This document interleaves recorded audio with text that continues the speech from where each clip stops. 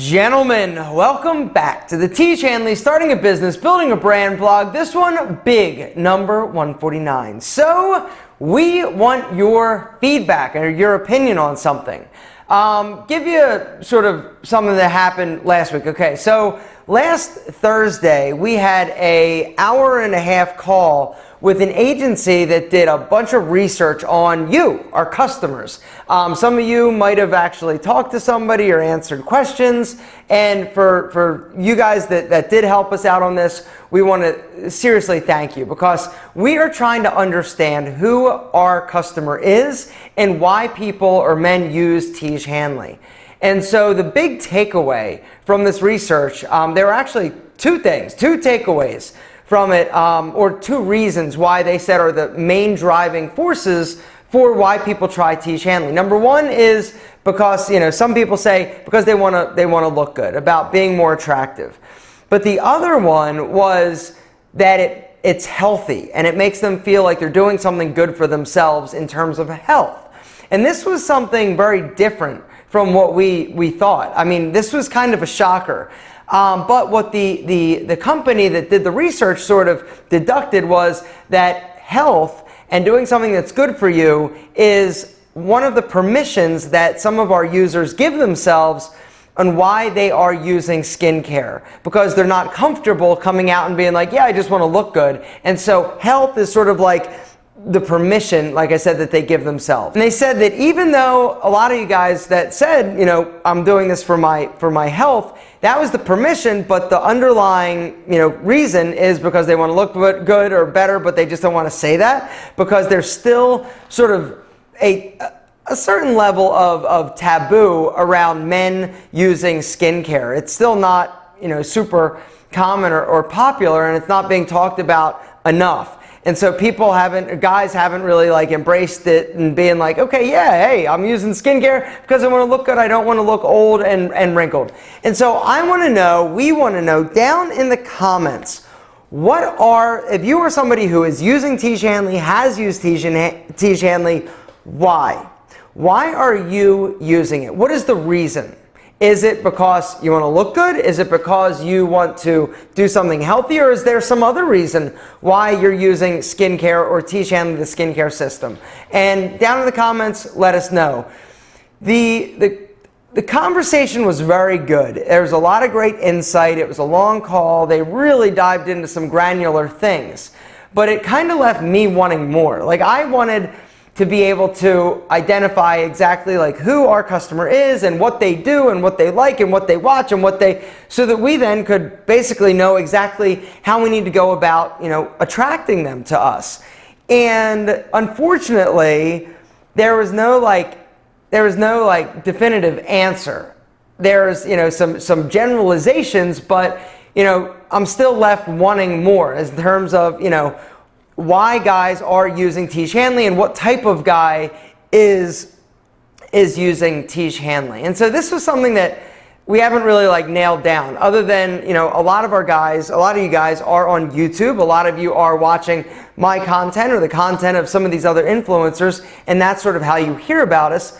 But, other than that and outside of that, that's what we're trying to understand. And that's what we're trying to what need, what burning desire, what hot button, what are these reasons why people that don't know about me or don't know about, my YouTube channel or Tiege Hanley through an influencer, what is the reason why they're buying it? What is the problem that Tiege Hanley solves in their mind? And so that's what we're trying to figure out, because once we can figure that out, then we can craft, advertising, messaging, our new website, what is the driver for guys using Tiege Hanley skincare system?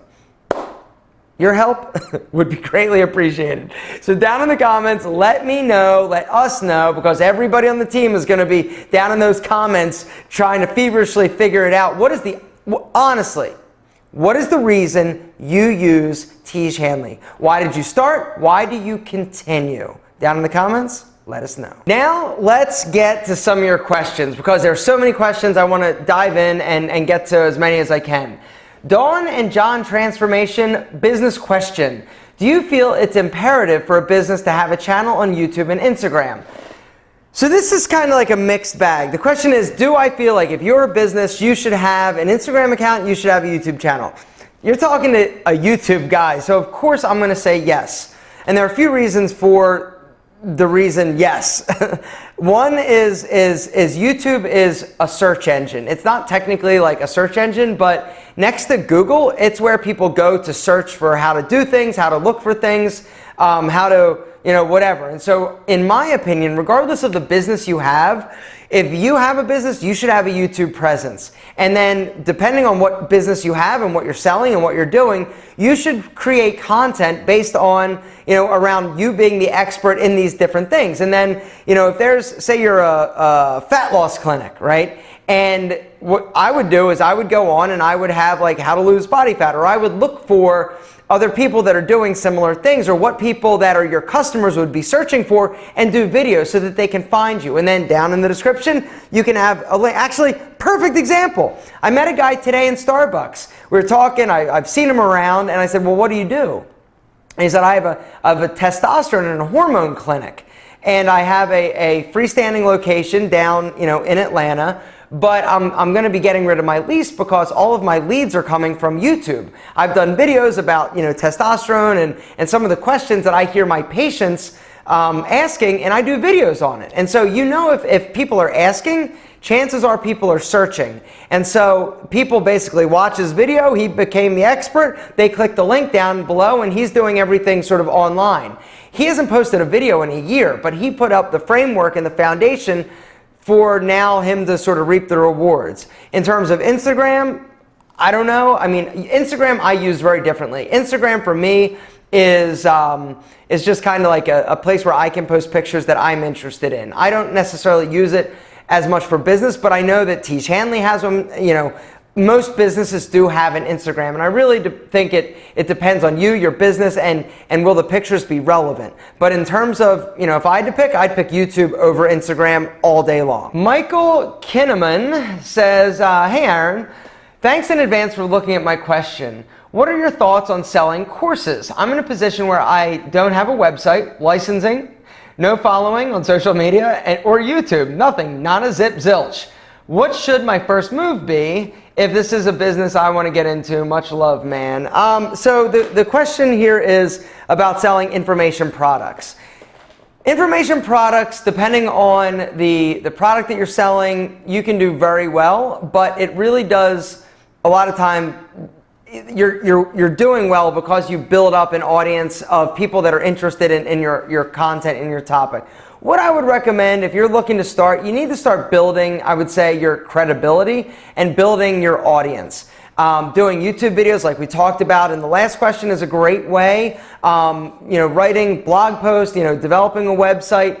That's, I would say, something that you should do because you need to sort of create yourself as an expert in some field and have content out there. So if you can develop a following and sell your course to them, great. I would say give away a lot of content, give away a lot of information, and build your audience. And then once you've got established a great audience, then maybe introduce a course that they can buy and all that good stuff. But it's really tough to just come onto a scene and be like, here's my product, buy it, without any credibility or anything. And so building credibility is also something you need to do. So putting content out there, creating and positioning yourself as an expert. Now, if you don't want to do that and you just want to create a product and sell it, what I would recommend is looking into paid traffic. Create a website, a big long sales page, which all these info product people sell with testimonials, and it's like the ever long, that you keep scrolling. If you know exactly what I'm talking about, and it gives you all sorts of different options to buy, and timers and clocks and running out. That's a whole business, learning how to properly sell information products, and you should probably look into some courses or some information on how to build a sales funnel, how to build a sales page, and all that good stuff. And then you can drive traffic through paid advertising. But it's just one of those things where are you bidding? Are you spending a lot of money, and is it actually generating sales? If it is, then double down, spend more, sell more. That's kind of the way that the game is played, in my opinion. H, business question. How important is it to establish a social network of people who are in the same industry who give valuable pointers and advice now and then. In life too, knowing people who are experts at, or at least competent in different fields. The question, how important is it to establish a social network of people? I think it's pretty important. You know, I can say this, that my business, all of my businesses have drastically improved after I sort of, Antonio Centeno, he was the first person that I sort of met in this like world. A lot of these guys that are in information product, you know, YouTube back then, like websites and like the manosphere world, they were all sort of connected. I think, you know, relationships are definitely important, and that's one of the things that Kelly and Tiege Hanley has sort of taught me. You know, the connections that Kelly has, and some of these people are so smart. They really do help you, you know, not step in piles of dog shit and landmines. But could you do it without them? Yeah. Is it a lonelier road if you don't have people to commiserate? Because here's the other thing that I have found personally. Not only is it great to have people around you that are sharing in, you know, sort of have like the same mindset. It's a different type of friendship, because like here's something that this is kind of going probably in a little weird direction, but so I know a lot of people, right? I know a lot of people from, you know, the community. I know a lot of people, you know, from just, you know, I know a lot of people.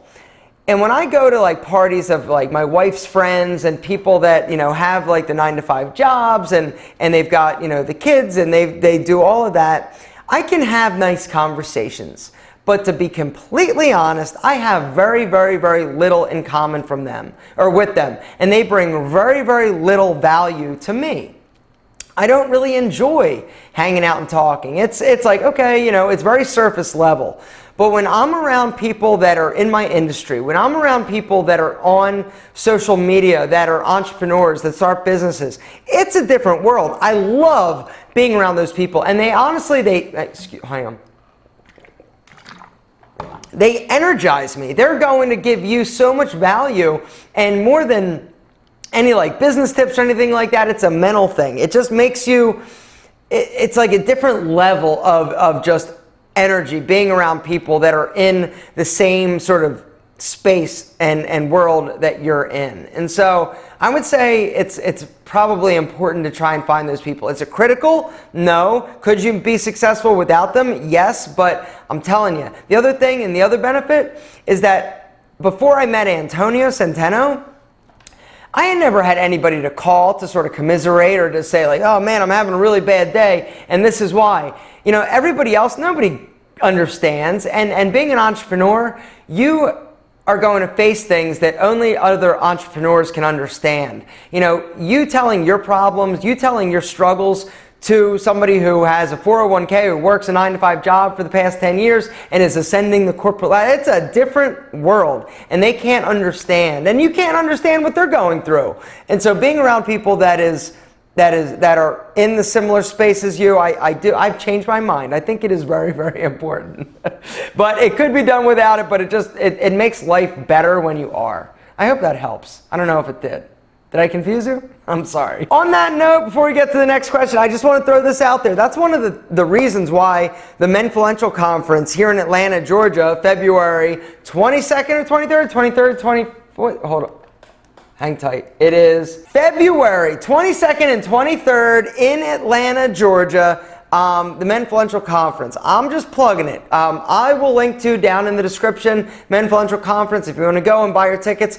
One of the beautiful things about that conference specifically is it puts all these entrepreneurs, all these people that want to be better in one place, in one room. And the friendships that I have developed from that are like my life has gotten so much better since I sort of immersed myself around these people. And that's one of the most amazing things. Tiege Hanley, and we're going to tie it to Tiege. Tiege Hanley is a sponsor. If you can come and actually interact and shake hands and just be in the room and talk to these people, ask questions, develop friendships, come and meet Rob and Kelly.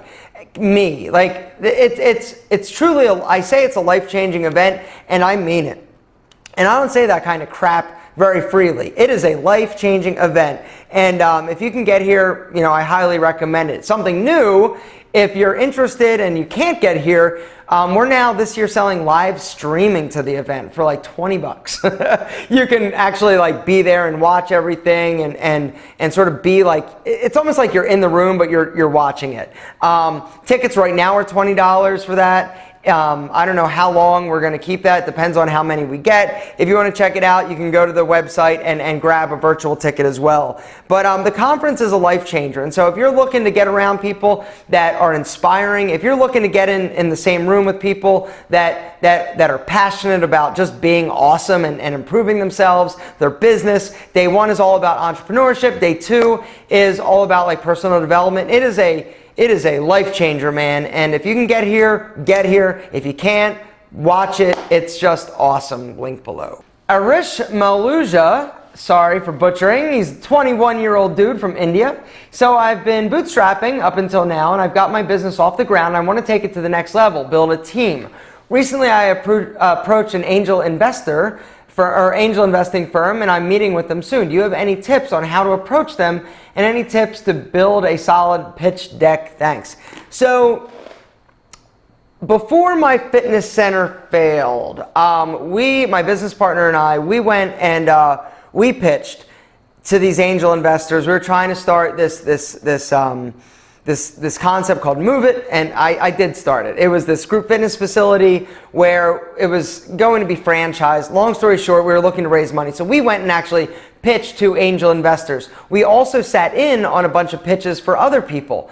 And I'm not an expert in pitching or looking to raise money. I have never really successfully raised money. I've gotten like friends and family. Angel investment, I don't know exactly. I believe it's like 500,000 or 250 to like 2 million in that range, and then there's venture capital above that. Don't quote me on that.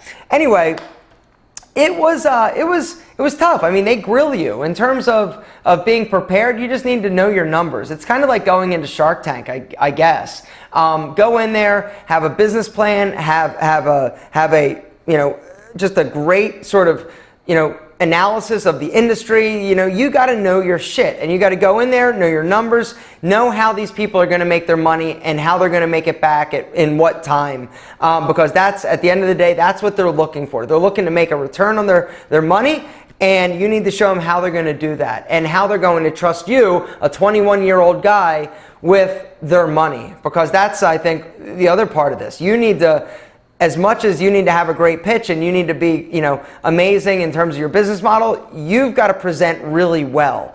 And so, if you can have like the greatest idea in the world, but if the person telling me and running the show is like a twit and I don't really get a great vibe from them, I don't know that I'm going to give them the money. Now, that being said, I think today in the world that we're living in now, more so than ever, it lends itself to the young entrepreneur upstart. And so I don't necessarily think age is as much of a barrier as it used to be. I definitely know that it's not. So you just need to make sure that you dazzle them and you come across very well. Make sure that you dress the part and, just do your thing, brother. And the last question we're going to get to is from Aquil Lugma. Says, how do I find people with the same vision as me, like you, Rob, Kelly, and the chemist? And how did you guys meet? How do you find people that have the same vision as you? That is a great question, and I don't, unfortunately, have the answer. I think that one of the other questions that we talked about in terms of surrounding yourself with people that are in the same industry or entrepreneurs or people that are sort of running in the same direction you want to go, and just networking, I think is a great idea and first step. But at the end of the day, Rob, Kelly, and the chemist and I, it was all kind of like a really weird coincidence. They had a business that they wanted to do. I had a YouTube channel. They approached me. It wasn't necessarily the standard or the norm. And that being said, I've been approached by countless people wanting to get into business with me. And it's like, whatever. Like, usually the business isn't right, or I just have too much on my plate, or it's like, the person isn't right. But with Rob and Kelly and the chemist, it was like magic. It literally was like, it was like the universe, and it's like, you'll know. And that's the thing, I guess the takeaway. I don't know how you're gonna find them, but when you do, you're gonna know. And then, you know, just do your best to make sure that you're on the same page, because business relationships and businesses are incredibly challenging to get out of. You've got to make sure that these people do have each other's best interest in mind, and you've got the same goal and direction, because that's the biggest thing. If you've got one direction you want to go and your business partner has another direction, it's tough. It's really tough, and you're going to have a lot of conflict. And so you need to make sure that the end goal and the, in terms of like how you get to the end goal, that can be different. Like, you can have differences and opinions, and you'll work through them as long as you guys have the same, you're made up of the same moral fiber, same ethics, and you've got the same like long range goal, and that's like what you guys are going to try and accomplish. Everything else can kind of be managed, in my opinion, but you'll know when you meet them. But they're definitely out there. Guys, thank you so much for watching. It's good to be back. And even though I was back last week, I'm back again. And your feedback, though, seriously, why you use Tiege Hanley is critical. And then we'll address that next week and answer some more business questions. But just want to thank you for your help. You are as much a part of this. You're a bigger part of this than we are. And so we're relying on you to help us understand why you want to use Tiege Hanley, other than it's amazing. Gentlemen, thanks so much for watching. We'll see you next week, and we love you more than our double monk strap shoes. Bye-bye.